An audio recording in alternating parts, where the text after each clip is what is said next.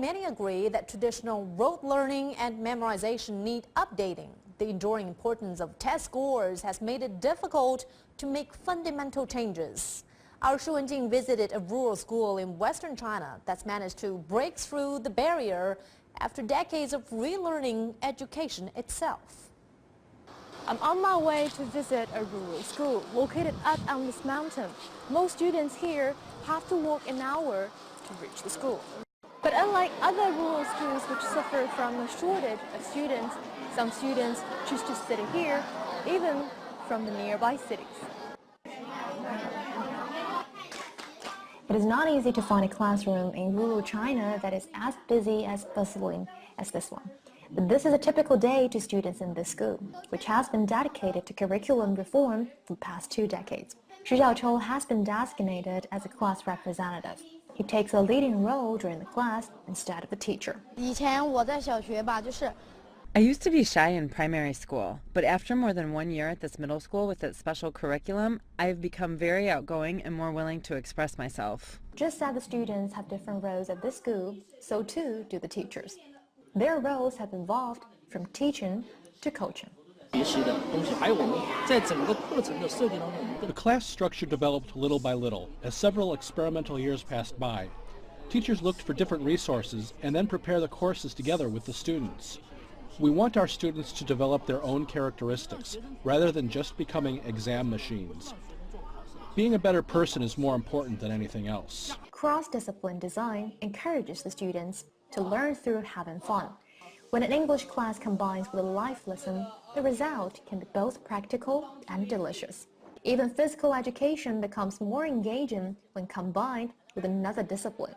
For example, this course incorporates elements from chemistry.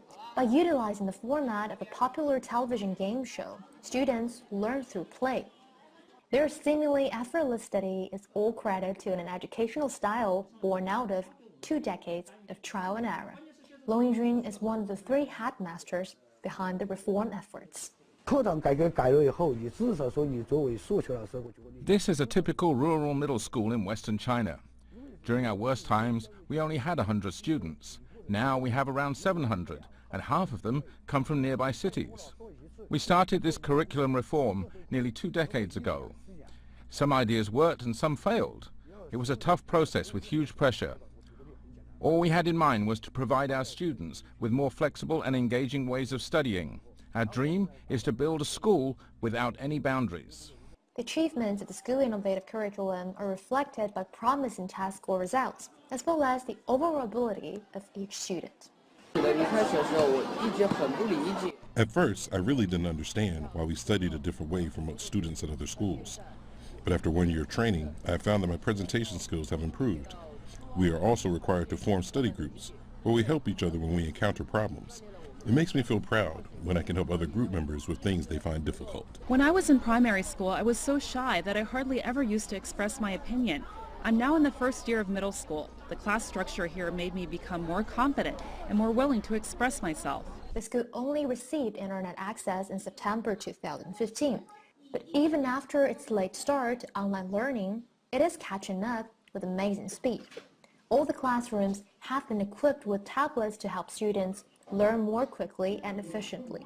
Internet connectivity has allowed students in this area of rural China to connect to famous lectures in big cities in China and even overseas. Like their headmaster Liangshuijing says, the future school will be boundless and without walls. To Long and his fellow teachers, educational reform is never ending. Shu Wenjing, CGTN, Yibin, Sichuan Province. China's Ministry of